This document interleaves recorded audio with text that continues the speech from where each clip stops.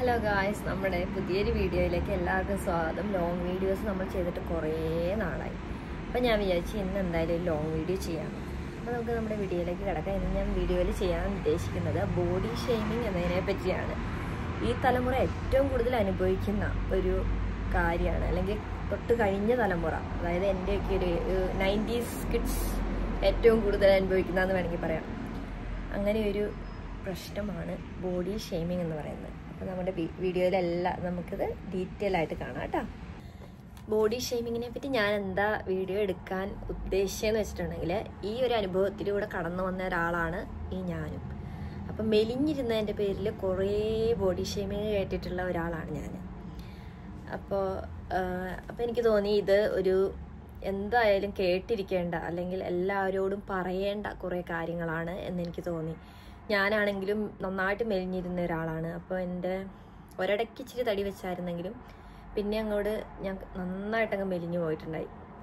അപ്പോൾ ആ സമയങ്ങളിലൊക്കെ ഞാൻ ഒത്തിരി ബോഡി ഷേമിങ് അനുഭവിച്ചിട്ടുണ്ട്. അപ്പം ഞാൻ എന്ത് ചെയ്യുമായിരുന്നു എന്ന് വെച്ചിട്ടുണ്ടെങ്കിൽ, ഞാനിങ്ങനെ വീഡിയോസിൽ ഈ ബോഡി ഷേമിങ്ങിനെ പറ്റി ഇടുന്ന വീഡിയോസൊക്കെ ഇരുന്ന് കണ്ട് സ്വയമായി അങ്ങ് മോട്ടിവേറ്റഡ് ആകുമായിരുന്നു. അങ്ങനെ അതായിരുന്നു എൻ്റെ മെയിൻ പരിപാടി എന്ന് പറഞ്ഞിട്ടുണ്ടെങ്കിൽ. അപ്പോൾ എനിക്ക് തോന്നി ഇത് നല്ല ടോപ്പിക്കാണ്. ഇങ്ങനെയുള്ളവർ, അല്ലെങ്കിൽ ഈ ബോഡി ഷേമിങ്ങിൻ്റെ പേരിൽ ബുദ്ധിമുട്ട് അനുഭവിക്കുന്നവർ ഇങ്ങനെയുള്ള വീഡിയോസൊക്കെ തപ്പിക്കൊണ്ടിരിക്കുകയായിരിക്കുമല്ലോ. അപ്പോൾ എനിക്ക് അവർക്കൊരു നല്ല ആശ്വാസമാകാൻ പറ്റുവാണെങ്കിൽ അതൊരു വലിയ കാര്യമായിട്ട് ഞാൻ കണക്കാക്കുന്നു. അപ്പോൾ അതിൻ്റെ പേരിലാണ് ഞാൻ ഈ വീഡിയോ ഇടാമെന്ന് വിചാരിച്ചത്. ഓക്കെ, അപ്പോൾ നമുക്ക് വീഡിയോയിലേക്ക് കിടക്കാം. എല്ലാവരും വീഡിയോ മുഴുവനായിട്ട് കാണണം. ഇഷ്ടമാണെങ്കിൽ ലൈക്ക് ചെയ്യണം, ഷെയർ ചെയ്യണം. പിന്നെ നമ്മുടെ ചാനൽ സബ്സ്ക്രൈബ് ചെയ്യാൻ ആരും മറക്കരുത് കേട്ടോ. എല്ലാവരും കുറേ ഞാനിങ്ങനെ ഇതിൻ്റെ വ്യൂവിൻ്റെ ഇത് നോക്കുമ്പോൾ കാണാറുണ്ട്, അനലിറ്റിക്സ് നോക്കുമ്പോൾ കാണാറുണ്ട്. കുറേ പേര് കാണുന്നുണ്ട്, പക്ഷെ അവർ സബ്സ്ക്രൈബ് ചെയ്യുന്നില്ല. അങ്ങനെ ചെയ്യുമ്പോൾ നമുക്ക് എന്തോ അവർക്ക് ഇഷ്ടമാകാത്തതുകൊണ്ടാണെങ്കിൽ ഓക്കെ, വിട്ടേരെ. ഇല്ലാന്നുണ്ടെങ്കിൽ നിങ്ങൾക്ക് എന്തെങ്കിലും ഒരു ഗുണം ഈ ചാനലിലൂടെ കിട്ടുമെന്നാണ്, അങ്ങനെ തരാൻ പറ്റുമെന്നാണ് എൻ്റെ പ്രതീക്ഷ. അപ്പം നിങ്ങൾക്ക് താല്പര്യം ഉണ്ടെങ്കിൽ, ഇഷ്ടമാകുവാണെങ്കിൽ ദയവായി ഒന്ന് സബ്സ്ക്രൈബ് ചെയ്യാൻ മറക്കരുത് കേട്ടോ. അപ്പോൾ നമുക്ക് വീഡിയോയിലേക്ക് കിടക്കാം. അതായത് എന്താ ഈ ബോഡി ഷേമിംഗ് എന്ന് പറഞ്ഞാൽ, ആക്ച്വലി ബോഡി ഷേമിംഗ് എന്ന് പറഞ്ഞാൽ, ഞാൻ ശാസ്ത്രീയമായി പറയുകയാണെന്നുണ്ടെങ്കിൽ, ഒരാളുടെ ശാരീരിക ഘടനയെ അടിസ്ഥാനമാക്കിയിട്ട് അതിൻ്റെ പേരിൽ കേൾക്കുന്ന കുറ്റപ്പെടുത്തലുകൾ, അതിൻ്റെ പേരിൽ ഉള്ള വിലയിരുത്തലുകൾ, അതിനെയാണ് ബോഡി ഷേമിംഗ് എന്ന് പറയുന്നത്. ഇപ്പോൾ ഒരാൾ മെലിഞ്ഞായിക്കോട്ടെ, അല്ലെങ്കിൽ ഒരാൾ തടിച്ചിട്ടായിക്കോട്ടെ, അല്ലെങ്കിൽ കറുത്തയായിക്കോട്ടെ, വെളുത്തിയായിക്കോട്ടെ, അതിൻ്റെ പേരിലൊക്കെ നേരിടുന്ന വിലയിരുത്തലുകൾ, ആൾക്കാരുടെ കയ്യിൽ നിന്ന് നേരിടുന്ന വിലയിരുത്തലുകളിനെ പറയുന്ന പേരാണ് ബോഡി ഷേമിങ്. എല്ലാവർക്കും അറിയാമായിരിക്കും അല്ലേ? ഞാൻ പിന്നെ ഒരു ഫോർമാലിറ്റിക്ക് അങ്ങനെ പറഞ്ഞേ ഉള്ളൂ. ഓക്കെ, അപ്പം ഞാനിതെല്ലാം ഇങ്ങനെ ഒരു ബുക്കിൽ എഴുതി വെച്ചിട്ടുണ്ട്, ഒരു പോയിന്റും വിട്ടു പോകാതിരിക്കാൻ വേണ്ടിയിട്ട്. ഓക്കെ, അപ്പോൾ മെലിഞ്ഞതിൻ്റെ പേരിൽ ബോഡി ഷേമിങ് അനുഭവിക്കുന്നത് ഒരു 100-ൽ 80% അങ്ങനെയാണെന്നാണ് എനിക്ക് തോന്നുന്നത്. മെലിഞ്ഞതിൻ്റെ പേരിൽ ബോഡി ഷേമിങ് അനുഭവിക്കുന്നവർ അത്രയ്ക്കും തന്നെ ഉണ്ടാവും കേട്ടോ. ചിലപ്പോൾ തടിച്ചതിൻ്റെ പേരിൽ അനുഭവിക്കുന്നവരും, കറുത്തതിൻ്റെ പേരിൽ അനുഭവിക്കുന്നവരും, അല്ലെങ്കിൽ പിന്നെ ഓവർ വെളുത്തതിൻ്റെ പേരിൽ അനുഭവിക്കുന്നവരും ഒക്കെ, അല്ലെങ്കിൽ പൊക്കം കുറഞ്ഞതിൻ്റെ, പൊക്കം കൂടിയതിൻ്റെ, ഇതിൻ്റെയൊക്കെ പേരിൽ. പിന്നെ ആണുങ്ങളുടെ കാര്യത്തിലാണെങ്കിൽ മീശയില്ലാത്തതിൻ്റെ പേരിൽ വരെ ബോഡി ഷേമിങ് നേരിടുന്നവരെ പറ്റി ഞാൻ കേട്ടിട്ടുണ്ട്. അപ്പോൾ ഓക്കെ, അങ്ങനെ ഞാനിപ്പോൾ എൻ്റെ അനുഭവത്തിൽ നിന്ന് പറയുകയാണെങ്കിൽ, ഞാൻ മെലിഞ്ഞതിൻ്റെ പേരിലാണ് ഇങ്ങനെ ബോഡി ഷേമിങ് കേട്ടിട്ടുള്ളത്. സോ അതുകൊണ്ട് ഞാൻ വിചാരിച്ചു അതിനെപ്പറ്റി കൂടുതലായിട്ടൊന്ന് ഫോക്കസ് ചെയ്യാമെന്ന്. അപ്പോൾ ഈ ഹോസ്റ്റലിലൊക്കെ താമസിക്കുന്ന സമയങ്ങളിൽ നമുക്ക് ഇഷ്ടമുള്ള ഫുഡ് കഴിക്കാൻ പറ്റിയെന്നിരിക്കില്ല. അവിടുന്ന് നമുക്കറിയാമല്ലോ, ഹോസ്റ്റലൊക്കെ താമസിച്ചിട്ടുള്ളവരായിരിക്കുമ്പോൾ അറിയാം, നമുക്ക് ഇഷ്ടത്തിനുള്ള ഫുഡ് കഴിക്കാൻ പറ്റില്ല. ആകെ വേറെ നാടുകളിലൊക്കെ ആയിരിക്കും, അപ്പോൾ അവരുടെ രീതിയിലുള്ള ഫുഡായിരിക്കും. അതൊക്കെ നമുക്ക് ശരീരത്തിൽ ചിലപ്പോൾ അത് എങ്ങനെയൊക്കെ പിടിച്ചോളണം എന്നില്ല. ചിലപ്പോൾ നമ്മൾ ഭക്ഷണം കഴിക്കാണ്ട് പോയിട്ടുള്ള അനുഭവങ്ങൾ വരെ ഉണ്ട് എനിക്കൊക്കെ. ഭക്ഷണം നമുക്ക് ഇഷ്ടപ്പെടാത്തതിൻ്റെ പേരിലാണ്, അഹങ്കാരമായിരിക്കാം, പക്ഷെ എന്താ പറയുക, അങ്ങനെയൊക്കെ ഈ ഹോസ്റ്റലിൽ നിന്നിട്ട് വന്നിട്ടുള്ള ഒരു പരിധിയോളം പേര് ഇങ്ങനെ മെലിഞ്ഞിരുന്നതിൻ്റെ പേരിൽ ഒത്തിരി കുറ്റപ്പെടുത്തലുകൾ കേട്ടിട്ടുള്ളതായിട്ട് എനിക്കറിയാം. ഞാനും അങ്ങനെ ഒരാളാണ്. അപ്പോൾ ഇവരെ ഈ മെലിഞ്ഞവർ നേരിട്ടിട്ടുള്ള ബോഡി ഷേമിങ്ങിൽ ഇപ്പം ഞാനൊക്കെ എൻ്റെ അനുഭവം പറയുകയാണേ. അങ്ങനെയാണെങ്കിൽ എൻ്റെ അനുഭവത്തിൽ പറയുകയാണെങ്കിൽ പിന്നെ ആൾക്കാരിങ്ങനെ ചോദിക്കും, ഇതെന്നെ കഞ്ഞി കുടിക്കാൻ വകയില്ലാത്ത വീട്ടിൽ നിന്ന് വന്നയാണോ, അല്ലെങ്കിൽ എന്താ നിങ്ങൾ ഏത് റേഷൻ കടയിൽ നിന്ന് അരി വാങ്ങിച്ച് കഴിക്കുന്നത്, ഇങ്ങനെ മെലിഞ്ഞിരിക്കാൻ മാത്രം പറ്റുന്ന സൈസ് എന്തരിയാ നിങ്ങൾ കഴിക്കുന്നത്, മീൻസ് അങ്ങനെയൊക്കെ. പിന്നെ എന്താ അസ്ഥികൂടം പോലെ ഇരിക്കുന്ന കണ്ടിട്ട് ഇങ്ങനെ നിങ്ങളെ വല്ല മെഡിക്കൽ കോളേജുകാർ പിടിച്ചോണ്ട് പോകുമല്ലോ അവർക്ക് സ്കെൽറ്റനെ പറ്റി പഠിക്കാൻ വേണ്ടിയിട്ട്. പിന്നെ അതുപോലെ തന്നെ എന്താ അതൊക്കെ എഴുതി വെച്ചേക്കാം, മറന്നു പോകാതിരിക്കാൻ. മെലിഞ്ഞു തൊലിഞ്ഞിരിക്കുന്ന ഈ പെൺപിള്ളേർക്ക് പ്രത്യേകിച്ച് മെലിഞ്ഞു തൊലിഞ്ഞിരിക്കുന്ന ഈ പെൺപിള്ളേരൊക്കെ ആര് കെട്ടിക്കൊണ്ട് പോകാനോ, ഇങ്ങനെ കണ്ടാലും മതി എന്നൊക്കെ പറഞ്ഞ് ഭയങ്കര വിമർശനങ്ങൾ നമുക്ക് നേരിടേണ്ടി വന്നിട്ടുണ്ട്. ഇപ്പം എൻ്റെ സ്വന്തം അനുഭവത്തിൽ നിന്ന് പറയുകയാണെങ്കിൽ ഉണ്ടല്ലോ, ഇപ്പം എൻ്റെ ഒരു ബന്ധു തന്നെ ഒരു 7-8 വർഷം മുന്നേ, അതായത് ഇപ്പം എൻ്റെ കല്യാണം കഴിഞ്ഞിട്ട് 5 വർഷമായി. അപ്പോൾ 8ഒന്നുമായിട്ടുണ്ടാവില്ല, ഒരു 6-7 വർഷങ്ങൾക്ക് മുൻപ് എൻ്റെ ഒരു ബന്ധത്തിൽപ്പെട്ട ആൾ തന്നെ എന്നോട് പറഞ്ഞിട്ടുണ്ട്, എന്താ അയ്യോ ഇവിടെ മെലിഞ്ഞിരിക്കുന്ന കണ്ടിട്ട് ഇതിനൊക്കെ എങ്ങനെ കെട്ടിച്ചു വിടും, ഇങ്ങനെ മെലിഞ്ഞ് തൊലിഞ്ഞൊക്കെ ഇരിക്കുന്ന കണ്ടിട്ട് നറപ്പാകുന്നു എന്നൊക്കെ പറഞ്ഞിട്ടുണ്ട്. അങ്ങനെയൊക്കെ പറയുമ്പോൾ എൻ്റെ മനസ്സിൽ അന്നുണ്ടായ ആ പ്രായത്തിലുണ്ടായ ഒരു വേദന അല്ലെങ്കിൽ ഒരു ആന്തരിക മുറിവ് അല്ലേ, അതൊരു ട്രോമയാണ്. അതെൻ്റെ മനസ്സിൽ എന്നും കിടക്കുന്നുണ്ടെങ്കിൽ അന്ന് അത് എത്രമാത്രം എന്നെ ഹെർട്ട് ചെയ്തിട്ടുണ്ടാവും. അപ്പം ഈ പറയുന്നവർ ആലോചിക്കണം, അതായത് ഈ അപ്പുറം നിൽക്കുന്നത് ഒരു വ്യക്തിയാണെന്നുള്ള കാര്യം നമ്മൾ ആലോചിക്കണം. എന്നിട്ടേ ഇങ്ങനെയുള്ള കാര്യങ്ങളൊക്കെ അവരോട് പറയാവുള്ളൂ കേട്ടോ. പിന്നീട് ഒരു കാലത്ത് അത് തിരിച്ചടി ആയേക്കാം എന്നും പ്രതീക്ഷിക്കണം. പിന്നെ എന്നാ അങ്ങനെ എന്നോട് പറഞ്ഞു. അപ്പോൾ ഈ ഞാൻ പറഞ്ഞ എന്നാന്ന് വെച്ചിട്ടുണ്ടെങ്കിൽ, അങ്ങനെ ഈ ബോഡി ഷേമിങ്ങിൻ്റെ പേരിൽ നമ്മൾ ഒരാളെ ഇങ്ങനെ വിലയിരുത്തുമ്പോൾ അയാളോട് ഇങ്ങനെ നമ്മൾ ഇങ്ങനെ ഇതൊക്കെ പറയുമ്പോൾ അവർക്ക് ഒരു മെൻ്റൽ ട്രോമ നമ്മൾ ഉണ്ടാക്കി കൊടുക്കുകയാണ് ചെയ്യുന്നത്. അത് ഈ പറയുന്നവരൊന്ന് മനസ്സിലാക്കിയാൽ കൊള്ളാം. ഇപ്പം അങ്ങനെ പറഞ്ഞ ആൾക്കാർ എത്ര വലിയ തടിച്ചു കൊഴുത്തിരിക്കുന്നവരൊക്കെ ആണെങ്കിൽ വേണ്ടില്ല, അവരുടെയൊക്കെ നമ്മുടെ പ്രായത്തിലെ ഫോട്ടോയൊക്കെ എടുത്തു നോക്കിയാൽ പട്ടി പോലും കഞ്ഞി കുടിക്കില്ല, സത്യം പറഞ്ഞ. ഓക്കെ, അപ്പോൾ അങ്ങനെയൊക്കെയാണ് എനിക്ക് എൻ്റെ ഒരു അനുഭവം എന്ന് പറയുന്നത് കേട്ടോ. പിന്നെ ഞാൻ പറയട്ടെ, ഈ മെലിയ, തടിക്കുക, കറക്കുക, വെളുക്കുക, ഇതൊക്കെ അല്ലെങ്കിൽ പൊക്കം ഉണ്ടാകുക, പൊക്കം ഇല്ലാണ്ടിരിക്കുക, ഇതൊക്കെ ഓരോരുത്തരുടെ എന്താ പറയുക ജീവിത മീൻസ് ഓൾറെഡി നമ്മൾ ജനിക്കുന്നതിന് മുന്നേ തന്നെ നമ്മുടെ ജെനറ്റിക്കലായിട്ട് നമുക്ക് കിട്ടിയിരിക്കുന്ന കാര്യങ്ങൾ, അതായത് പാരമ്പര്യമായിട്ട് അല്ലെങ്കിൽ നമുക്ക് ഹെറിഡിറ്ററി ആയിട്ട് നമുക്ക് പകർന്നു കിട്ടിയിരിക്കുന്ന കാര്യങ്ങളായിരിക്കണം. അതുകൊണ്ടായിരിക്കും ഒരു പക്ഷേ ചിലവർ മെലിഞ്ഞിരിക്കുക, അല്ലെങ്കിൽ തടിച്ചിരിക്കുന്നത്, അല്ലെങ്കിൽ കറുത്തിരിക്കുന്നത്, അല്ലെങ്കിൽ വെളുത്തിരിക്കുന്നത്. അപ്പോൾ അതൊന്നും വിലയിരുത്താൻ ഉള്ള യോഗ്യത ഈ പറയുന്ന ആർക്കും ഇല്ല. അതൊന്ന് എല്ലാവരും മനസ്സിലാക്കണം.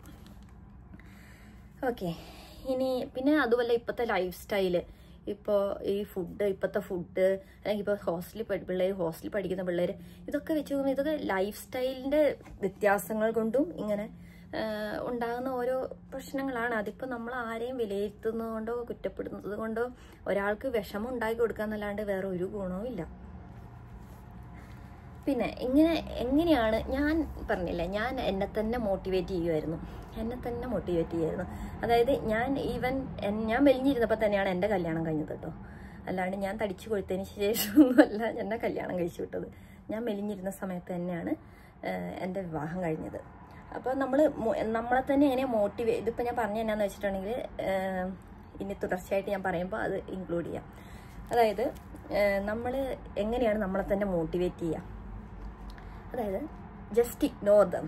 നമ്മളെ വിലയിരുത്തുന്നവരെ അല്ലെങ്കിൽ നമ്മളോട് ഇങ്ങനെ പറയുന്നവരെ ജസ്റ്റ് ഇഗ്നോർ ചെയ്യുക. അവരെന്തേലുമൊക്കെ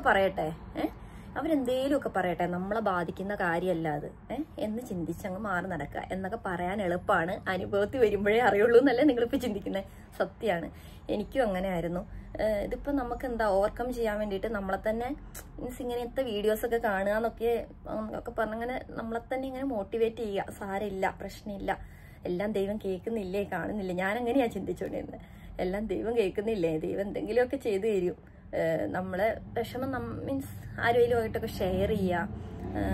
ഇത് നമ്മളെ കുറ്റപ്പെടുത്താത്ത, അല്ലെങ്കിൽ നമ്മുടെ അപ്പനും അമ്മ എന്തായാലും നമ്മളെ കുറ്റപ്പെടുത്തി പറയില്ലല്ലോ, അപ്പോൾ അവരോട് ഷെയർ ചെയ്യുക. പിന്നെ സെൽഫ് മോട്ടിവേഷനാണ് ഇതിന് ഏറ്റവും പരിഹാരമായിട്ടുള്ളൊരു കാര്യം എന്ന് പറഞ്ഞിട്ടുണ്ടെങ്കിൽ.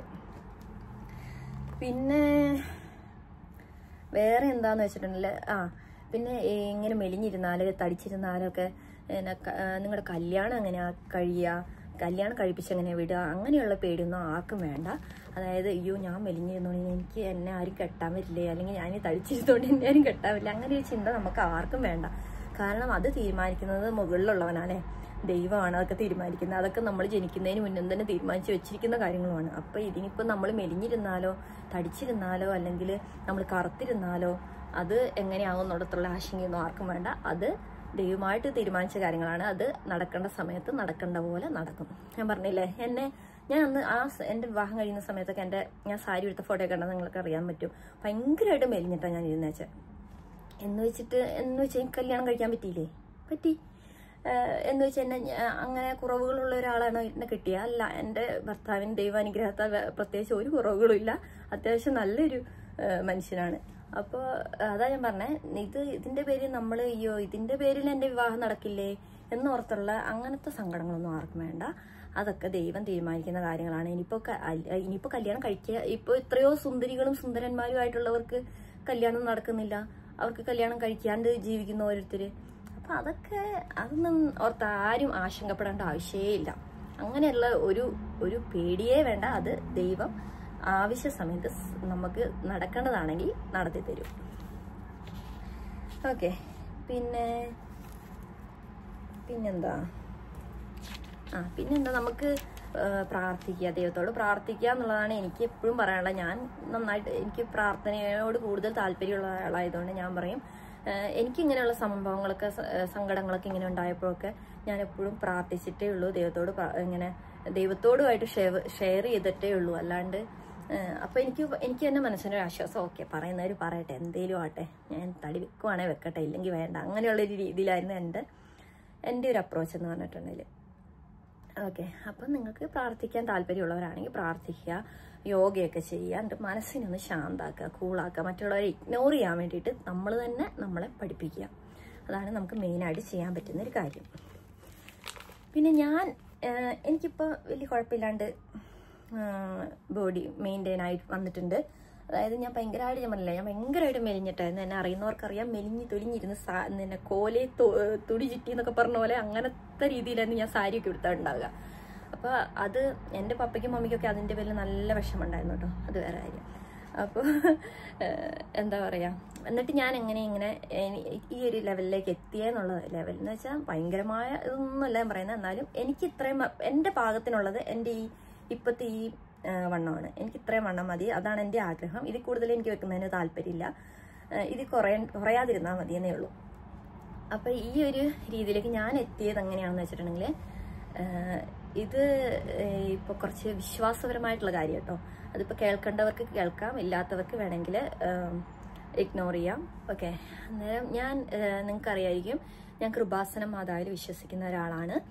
കൃപാസന മാതാവിൻ്റെ അടുത്ത് പോയിട്ട് ഉടമ്പടിയൊക്കെ എടുത്തിട്ടുള്ള ആളാണ്. അപ്പോൾ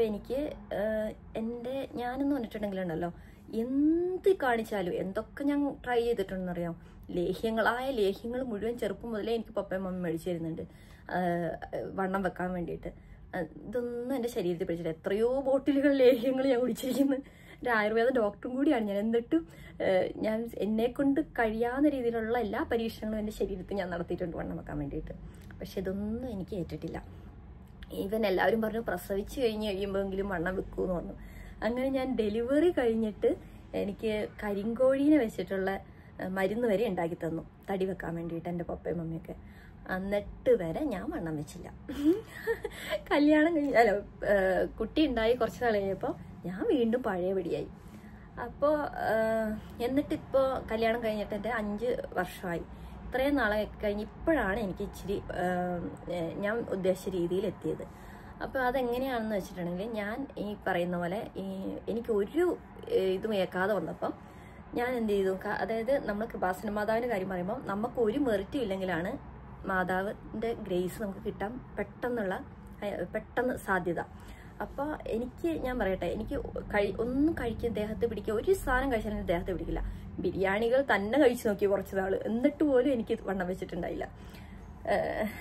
അന്നേരം ഞാൻ കൃപാസന മാതാവിൻ്റെ ഉടമ്പടി എടുത്തപ്പോൾ ഞാനിങ്ങനെ എനിക്ക് ഇത്ര കിലോ വണ്ണം വേണം മാതാവേ എന്ന് പറഞ്ഞിട്ട് അങ്ങനെ ഒരു ഉടമ്പടി നിയോഗമായിട്ട് ഞാനത് വെച്ച് പ്രാർത്ഥിച്ചതിന്റെ ഫലമാണ് ഇപ്പോൾ ഞാൻ ഇരിക്കുന്ന അവസ്ഥ എന്ന് പറയുന്നത്. ഓക്കെ, പ്രാർത്ഥിച്ച് വണ്ണം വെച്ചു എന്നൊക്കെ നിങ്ങൾ ചിലപ്പോൾ ജീവിതത്തിൽ ആദ്യമായിട്ട് അല്ലെങ്കിൽ ലോകത്തിൽ ആദ്യമായിട്ടായിരിക്കും ചിലപ്പോൾ കേട്ടിട്ടുണ്ട്. പക്ഷെ എൻ്റെ അനുഭവം അതാണ്, ഞാൻ പ്രാർത്ഥിച്ച് വണ്ണം വെച്ച ഒരാളാണ്. ഓക്കെ, അപ്പോൾ എനിക്ക് ഉടമ്പടി എടുത്തതിൻ്റെ ഫലമായിട്ടാണ് എനിക്ക് ഈ ഒരു സ്റ്റേജിലെത്താൻ പറ്റിയത്. അപ്പോൾ അങ്ങനെ വിശ്വാസപരമായി താല്പര്യമുള്ളവരാണെങ്കിൽ നിങ്ങൾക്ക് അങ്ങനെ ചെയ്യാം, ഉടമ്പടി എടുക്കാം. ഇനി അല്ലാന്നുണ്ടെങ്കിൽ അല്ലാണ്ട് എത്രത്തോളം വണ്ണം വെക്കും മറ്റ് കാര്യങ്ങളൊക്കെ ചെയ്താലെന്നുള്ളതിനൊന്നും എനിക്ക് ഉറപ്പില്ല. പക്ഷെ ഞാൻ കുറേ വീഡിയോസൊക്കെ കണ്ടിട്ടുള്ള ഇത് വെച്ചിട്ട് ഞാൻ കുറച്ച് പോയിന്റ്സ് എഴുതി വെച്ചിട്ടുണ്ട്. അതായത് എക്സസൈസ് ഡെയിലി ചെയ്യുകയാണെന്നുണ്ടെങ്കിൽ, ജിമ്മിലൊക്കെ പോകുകയാണെന്നുണ്ടെങ്കിൽ വെയിറ്റ് ഉണ്ടാകും എന്ന് ഞാൻ കേട്ടിട്ടുണ്ട്. പിന്നെ അതുപോലെ തന്നെ നമ്മൾ ആയുർവേദപരമായിട്ട് പറഞ്ഞാൽ ഭക്ഷണം കഴിച്ചതിൻ്റെ ശേഷം മാത്രം വെള്ളം കുടിക്കുക. ഭക്ഷണം കഴിക്കുന്നതിന് മുന്നും വെള്ളം കുടിക്കരുത്, ഭക്ഷണം കഴിക്കുന്നതിൻ്റെ ഇടയ്ക്കും കഴിച്ചുകൊണ്ടിരിക്കുന്നതിൻ്റെ ഇടയ്ക്കും വെള്ളം കുടിക്കരുത്. ഭക്ഷണം കഴിച്ചതിൻ്റെ ശേഷം മാത്രം വെള്ളം നല്ലപോലെ കുടിക്കുക. അപ്പോൾ വണ്ണം വെക്കുമെന്നാണ് ആയുർവേദ പ്രകാരം പറയുന്നത്. എനിക്ക് ഇതൊന്നും അനുഭവമില്ല കേട്ടോ, ഞാൻ പറഞ്ഞേക്കാം. പിന്നെ നന്നായിട്ട് നട്ട്സ് കഴിക്കുക. അതുപോലെ തന്നെ നമ്മളെല്ലാ ഫുഡും ഓൺ ടൈമിൽ, അതായത് രാവിലെ സ്കിപ്പ് ചെയ്തിട്ട് വൈകുന്നേരം രാവിലത്തെ ഉച്ചത്തെയും കൂടെ കഴിക്കുക, അങ്ങനെയല്ല. നമ്മൾ ഓൺ ടൈമിൽ കുറേശ്ശെ ആണെങ്കിലും ഓൺ ടൈമിൽ കഴിക്കുക. അതായത് രാവിലെ പ്രഭാത ഭക്ഷണം രാവിലെ തന്നെ കഴിക്കുക, കുറച്ചാണെങ്കിലും കഴിക്കുക. ഉച്ചത്തെ ഭക്ഷണം നന്നായിട്ട് കഴിക്കുക. പിന്നെ രാത്രിക്ക് കുറച്ച് ഭക്ഷണം എന്തായാലും കഴിക്കുക. അതാണ് അങ്ങനെ ഒരു റൊട്ടീൻ നമ്മുടെ ജീവിതത്തിലായിട്ടുണ്ടെങ്കിൽ തന്നെ വണ്ണം ശരീരത്തിൽ വെക്കുമെന്നാണ് പല വീഡിയോയിലും പലരും പറഞ്ഞു കേട്ടിട്ടുള്ളത്. പിന്നെ പാല്, മുട്ട ഇതൊക്കെ ജീവിതത്തിൽ സ്ഥിരമായിട്ട് അങ്ങ് ഉൾപ്പെടുത്തുക. പാല് നമ്മുടെ ഇവിടെയൊക്കെ ആണെങ്കിൽ ഫുൾ ഫാറ്റുള്ള മിൽക്ക്, സെമി സ്കിംഡ് മിൽക്ക് എന്നൊക്കെ പറഞ്ഞിട്ട് ഇങ്ങനെ ഉണ്ടാവും. അതിൽ ഫുൾ ഫാറ്റുള്ള മിൽക്ക് നന്നായിട്ട് കുടിക്കാനായിട്ട് ശ്രമിക്കുക. പിന്നെ നാട്ടിലൊക്കെ ആണെങ്കിൽ നമ്മുടെ സൊസൈറ്റിയിൽ നിന്നൊക്കെ മേടിക്കുന്ന പാലില്ലേ, പശുവിനെ കറന്ന് അതേപടി കിട്ടുന്ന പാല്, ആ പാല് പ്രോസസ്ഡ് ഒന്നും അല്ലാത്ത പാല്, ആ പാല് തന്നെ കുടിക്കാൻ ശ്രമിക്കുക. അല്ലാണ്ട് കവർ പാലൊക്കെ ആണെങ്കിൽ പ്രോസസ്ഡ് മിൽക്കാണല്ലോ, അത് കഴിഞ്ഞ് നല്ലത് നമ്മുടെ പശുവിന് കറന്ന് മേടിക്കുന്ന അങ്ങനെ വീടുകളിൽ നിന്നൊക്കെ മേടിക്കുന്ന പാലില്ലേ, അത് നല്ല പാലാണ്. അത് കുടിക്കുകയാണെങ്കിലും വണ്ണം വെക്കുമെന്ന് ഇങ്ങനെ പറഞ്ഞു കേട്ടിട്ടുണ്ട്. പിന്നെ മുട്ടയും ഡെയിലി നമ്മൾ ഓരോന്നോ അല്ലെങ്കിൽ 2 വെച്ച് കഴിക്കുകയാണെന്നുണ്ടെങ്കിൽ വണ്ണം വെക്കുമെന്ന് വീഡിയോകളിൽ പലരും പറഞ്ഞു കേട്ടിട്ടുണ്ട്. എനിക്ക് അറിയത്തില്ല, എൻ്റെ ജീവിതത്തിൽ അത് പ്രായോഗികമായിട്ടില്ല, അതുകൊണ്ടാട്ടോ. ഓക്കെ, പക്ഷേ അങ്ങനെ ചെയ്താൽ നല്ലതാണെന്ന് ശാസ്ത്രം പറയുന്നു. നിങ്ങൾക്ക് ശാസ്ത്രത്തെയാണ് വിശ്വാസമെങ്കിൽ നിങ്ങൾക്കത് ഫോളോ ചെയ്ത് നോക്കാം. പിന്നെ ഒരു കാര്യം എന്ന് പറഞ്ഞിട്ടുണ്ടെങ്കിൽ എൻ്റെ ഒരു ഫ്രണ്ട് പറഞ്ഞതാണ്, അവളുടെ അനിയത്തിക്ക് ഇങ്ങനെ വണ്ണം വെക്കുന്നില്ലായിരുന്നു, വന്നിട്ട് ഓട്സും പാലും കൂടെ ചേർത്ത് വേവിച്ചിട്ട് കഴിച്ചെന്ന്. അങ്ങനെ കഴിച്ചു കഴിഞ്ഞപ്പോഴത്തേനും 1 മാസം കഴിഞ്ഞപ്പോഴത്തേനും നന്നായിട്ട് വ്യത്യാസം വന്നു എന്ന് പറഞ്ഞിട്ടുണ്ട്. അപ്പം നിങ്ങൾ ട്രൈ ചെയ്ത് നോക്കുക, ഓട്സും പാലും കൂടെ ഒരുമിച്ച് വേവിച്ചിട്ട് കഴിക്കുക. പിന്നെ ഷുഗർ അധികമായിട്ട് ഉപയോഗിക്കുന്നത് അത്ര നല്ലതല്ല. അതിന് പകരം വെല്ലം അതിനകത്തിടുവോ, നിങ്ങളെന്താ പറയുക, ശർക്കര അതിനകത്തിടുവോ അതൊക്കെ ചെയ്യാം. പിന്നെ കൽക്കണ്ടമൊക്കെ ഇല്ലേ, അതൊക്കെ ഉപയോഗിക്കാം ഷുഗറിന് പകരം. അപ്പോൾ ആരോഗ്യകരമായുള്ള വണ്ണം വെക്കാൻ അതൊക്കെയാണ് ചെയ്യേണ്ടതെന്നാണ് പല വീഡിയോസിൽ നിന്നും എനിക്ക് കിട്ടിയിരിക്കുന്ന അറിവ്. അപ്പോൾ അത് ഞാൻ നിങ്ങളുമായിട്ടൊന്ന് ഷെയർ ചെയ്തേ ഉള്ളൂ. എൻ്റെ കാര്യം ഞാൻ പറഞ്ഞല്ലോ, എൻ്റെത് ഈ പറഞ്ഞ പോലെ കൃപാസന മാതാവിൻ്റെ ഉടമ്പടി എടുത്ത ഫലമായിട്ട് കിട്ടിയ വണ്ണമാണ്. നിങ്ങൾ ചിലപ്പോൾ എന്നെ ഇപ്പോൾ പരിഹസിച്ച് പുച്ഛിക്കുന്നുണ്ടാവും. പക്ഷേ എനിക്ക് എൻ്റെ കാര്യം പറയുന്നതിൽ എനിക്ക് പേടിക്കേണ്ട ആവശ്യമില്ല, എനിക്ക് എൻ്റെ നാണക്കേടിൻ്റെ ആവശ്യമില്ല. അപ്പോൾ എൻ്റെ അനുഭവം ഞാൻ നിങ്ങളോട് ഷെയർ ചെയ്തെന്ന് മാത്രം. അപ്പോൾ ഇതാണ് എൻ്റെ ഒരു അനുഭവം എന്ന് പറഞ്ഞിട്ടുണ്ടെങ്കിൽ. അപ്പോൾ ഈ പറഞ്ഞ പോലെ ഈ വീഡിയോയിൽ നിങ്ങൾ കണ്ട പോലെ നിങ്ങൾ മറ്റുള്ളവരെ അവരുടെ ബോഡിയുടെ ഘടന വെച്ചിട്ട് നിങ്ങൾ വിലയിരുത്താൻ പോകല്ലേ. അത് അവർക്ക് ഒരു മെൻ്റൽ ട്രോമ കൊടുക്കാം. അത് ഒരു പക്ഷേ പലരും സൂയിസൈഡിന് പോലും അറ്റംപ്റ്റ് ചെയ്യാൻ പറ്റാവുന്ന രീതിയിലുള്ള അത്രയും വലിയ മാനസിക സമ്മർദ്ദങ്ങൾ അവർക്ക് കൊടുക്കാൻ പറ്റും. ഇത് നിങ്ങൾക്കറിയാവോ, കുറ്റകരമായി ബോഡി ഷേമിംഗ് എന്ന് പറയുന്നത് തന്നെ ഒരു നിയമപരമായി ഒരു കുറ്റമാണ്. നമുക്ക് വേണമെങ്കിൽ നമ്മളെ ബോഡി ഷേമിംഗ് ഇന്നാൾ ചെയ്തു എന്ന് പറഞ്ഞിട്ട് കേസ് കൊടുത്താൽ അത് ഒരു രജിസ്റ്റേർഡ് കേസായിട്ട് പോവുകയും അവർക്കെതിരെ അന്വേഷണം വരികയും അവരെ നിയമപരമായി നമുക്ക് ശിക്ഷയ്ക്ക് വിധിക്കാൻ വേണ്ടിയിട്ട് പര്യാപ്തമാക്കാനും തക്കവിധം അത്രയ്ക്കും ഡേഞ്ചറസ് ആയിട്ടുള്ള ഒരു ഒരു ഒരു എന്താ പറയുക, ഒരു കുറ്റകൃത്യമാണ്. അപ്പോൾ എല്ലാവർക്കും വീഡിയോ ഇഷ്ടമായെന്ന് വിചാരിക്കുന്നു. എനിക്ക് എൻ്റെ ഒരു അനുഭവവും കാര്യങ്ങളൊക്കെ കൂടി എല്ലാം കൂടെ ചേർത്തൊരു അവിയൽ പരുവം പോലെ ആയിട്ടുണ്ടെന്ന് അറിയാം. പക്ഷെ എന്നാലും എൻ്റെ ഒരു അനുഭവം ഷെയർ ചെയ്യണമെന്ന് തോന്നി, അതുകൊണ്ട് ഞാൻ ഷെയർ ചെയ്തതാണ്. അപ്പോൾ എല്ലാവർക്കും ഇത്രയും നേരം എന്നെ കേട്ടോണ്ടിരുന്ന എല്ലാവർക്കും താങ്ക് യു. അപ്പോൾ വേറൊരു വീഡിയോയിൽ നമുക്ക് വീണ്ടും കാണാം. അതുവരെ എല്ലാവർക്കും ബൈ.